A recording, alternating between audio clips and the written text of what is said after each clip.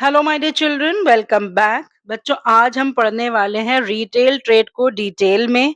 Retail trade के बारे में हम जानेंगे कि what are the services that are provided by the retailers to the manufacturers and wholesalers and customers. Last video lecture में ही हमने इंटरनल ट्रेड स्टार्ट किया था और हमने क्लासिफाई करा था internal trade into two categories, wholesale trade and the retail trade. Wholesale trade के features and what are the services that the wholesalers provide as a connecting link to the manufacturer and to the retailers that we have covered. Today we are going to recap about the retail trade, उसकी definition और उसके features जो already हम discuss कर चुके हैं और हम compare भी कर चुके हैं इन features की basis पे what is the comparison between the wholesale trade and the retail trade. तो फिर से एक बार देख लेते हैं कि retailer is that trader who resells the goods to the ultimate and final consumers. तो वो रीसेल करता है गुड्स को फाइनल कंज्यूमर्स को, और वो परचेज किससे करता है? Either from the manufacturer, producer और द होलसेलर। तो जो रिटेलर है वो कनेक्टिंग लिंक होता है बिटवीन द मैन्युफैक्चरर और the wholesaler and the customers. He buys in small quantities, he also sells in small quantities, he deals in the variety of the goods, he sells the goods to the final consumers for the purpose of personal consumption. His scale of business is small and his area of sale is limited to a particular locality if we talk about the offline retailing. That is not the case in the online retailing. तो ये हम already discuss कर चुके हैं। अब हम देखते हैं कि what are the services that these retailers are provided to the customers and to the manufacturers. Number one, information about the consumer's demand. Being in touch with the consumers, a retailer possesses ready information about their buying preferences and make necessary changes in the size, quality and the pattern of the goods they produce. क्योंकि retailers customers के touch में होते हैं तो वो customers के test and preferences के बारे में प्रोड्यूसर्स, मैन्युफैक्चरर्स को बताते रहते हैं, और फिर मैन्युफैक्चरर्स क्या करते हैं कि नेसेसरी चेंजेस करते हैं अपने प्रोडक्ट्स के साइज में, उसकी क्वालिटी में, उसके डिजाइन में, उसके पैटर्न में, ताकि वो इस तरह के गुड्स एंड सर्विसेज सप्लाई कर सकें जो कि कंज्यूमर्स को पसंद आए। तो कंज्यूमर्स को कैसे प्रोडक्ट्स चाहिए, इस बात की इंफॉर्मेशन कंज्यूमर्स से लेके मैन्युफैक्चरर्स और होलसेलर्स को कौन पहुंचाता है? The retailers. Another service is reduction in the distribution cost. देखो, फाइनल डिस्ट्रीब्यूशन कौन करता है कस्टमर्स को? The retailers. तो जो पैकिंग ऑफ द गुड्स होती है और जो डिस्ट्रीब्यूशन ऑफ द गुड्स होता है वो as per the requirements of the customers ही होता है, और वो पैकिंग एंड डिस्ट्रीब्यूशन चार्जेस कौन बेयर करता है? The retailer. तो रिटेलर क्या करता है कि होलसेलर्स को सेव कर देता है from the expenses related to packing and distribution, because these expenses are borne by the retailers. Another service is help in the promotion. Manufacturers and distributors, they have to carry out the various promotional activities in order to increase the sale of their products.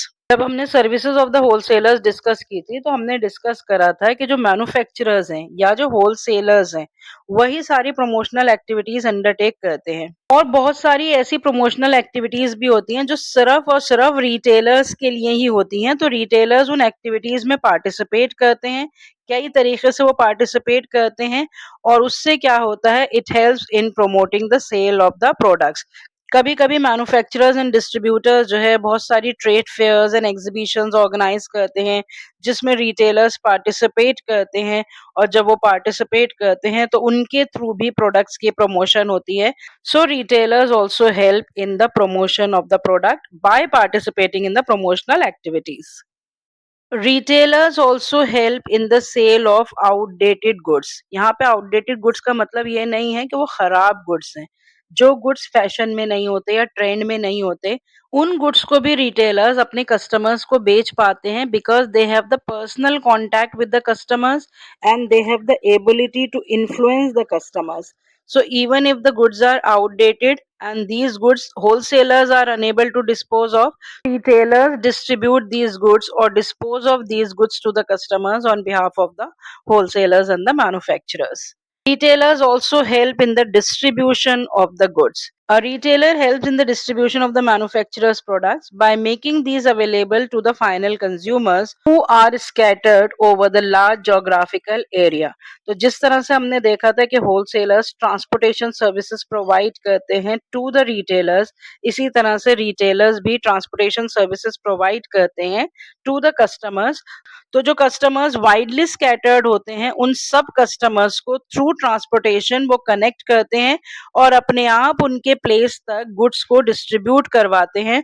So retailers also help in the distribution of the goods of the manufacturers and the wholesalers.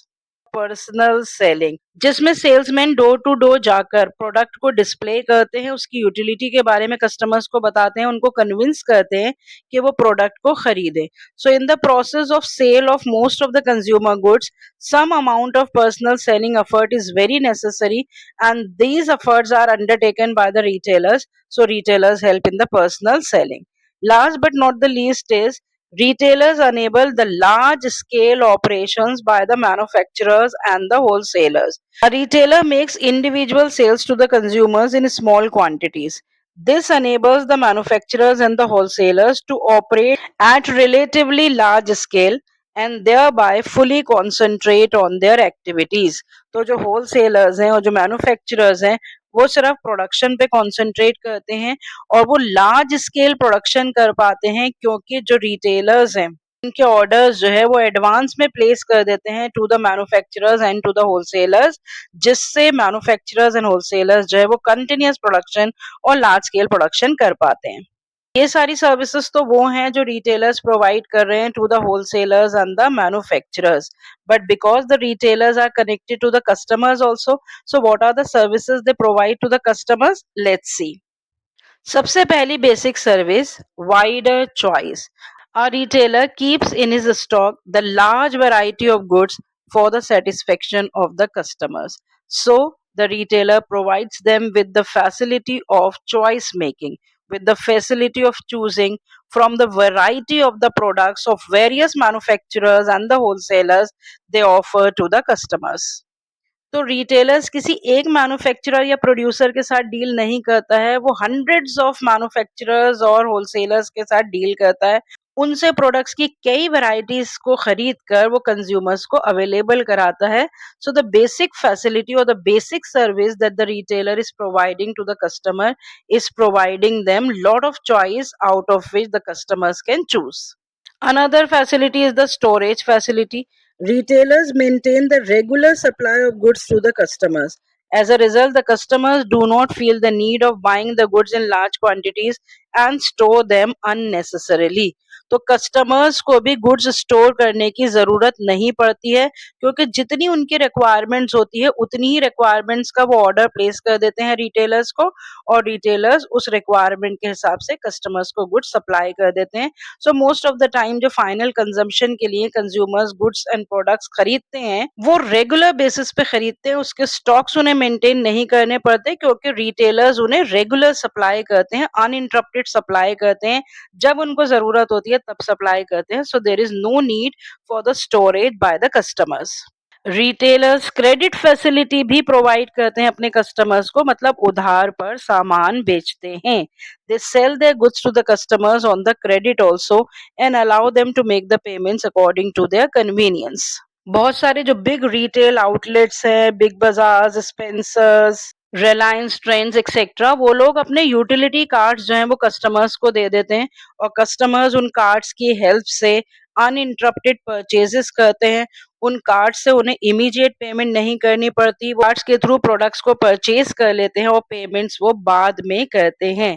तो इस तरह की बहुत सारी credit facilities for the convenience of the customers को provide की जाती हैं बाय द रिटेलर्स।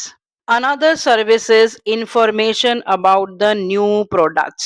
तो जो मैन्युफैक्चरर्स और होलसेलर्स नए प्रोडक्ट मार्केट में लेकर आते हैं उन प्रोडक्ट्स की इंफॉर्मेशन कस्टमर्स तक कौन पहुंचाता है?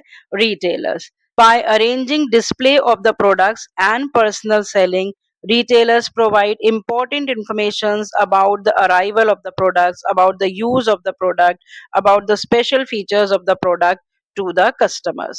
बहुत बार हम देखते हैं कि जो रिटेलर्स के आउटलेट्स होते हैं वो बहुत अच्छे से डेकोरेटेड होते हैं, उसमें बहुत अच्छे से डिस्प्ले होता है, उसमें प्रमोशनल बैनर्स लगे होते हैं। तो इस तरह के डिस्प्ले से और जो अभी हमने देखा पर्सनल सेलिंग से, इस तरह से रिटेलर्स जो हैं वो मैन्युफैक्चरर्स और होलसेलर्स के प्रोडक्ट्स को एडवर्टाइज करते हैं और उसकी इंफॉर्मेशन देते हैं टू द कस्टमर्स, ताकि कस्टमर्स कन्विंस हो उन नए प्रोडक्ट्स को खरीदने के लिए। देन जितनी भी आफ्टर सेल सर्विसेज होती हैं वो भी रिटेलर्स ही प्रोवाइड करते हैं, क्योंकि रिटेलर्स ही डायरेक्ट कांटेक्ट में होते हैं with the customers. They provide after sale services in the form of free home delivery, supply of the spare parts and attending the customers. उनकी कोई कंप्लेंट्स होती हैं, ग्रीवांसेस होते हैं, वो अटेंड करते हैं, उनको होम डिलीवरी करवाते हैं प्रोडक्ट्स की। So these are the after sale services that the retailers are providing to the customers. तो customers को वो सिर्फ sales तक ही satisfy नहीं करते, sales के बाद भी जो customer को necessary facilities चाहिए होती हैं, services चाहिए होती हैं, वो भी कौन provide करते हैं customers को? Retailers. And retailers make buying very convenient for the customers. They generally buy the goods in the large quantities or in the small quantities from the manufacturers and the wholesalers and sell them in a small quantities to the customers according to the convenience and requirements of the customers. अभी हमने थोड़ी देर पहले discuss करा कि customers को stocks maintain नहीं करने पड़ते हैं, कस्टमर्स को वो क्रेडिट फैसिलिटीज प्रोवाइड करते हैं।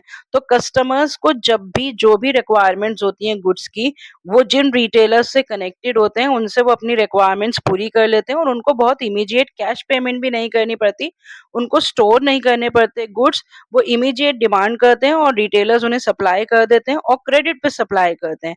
तो इस तरह से कस्टमर्स के लिए बाइंग क्या हो जाती है, बहुत ही कन्वीनियंट हो जाती है। तो इस तरह की कन्वीनियंस प्रोवाइड करने का काम कौन करता है? रिटेलर्स।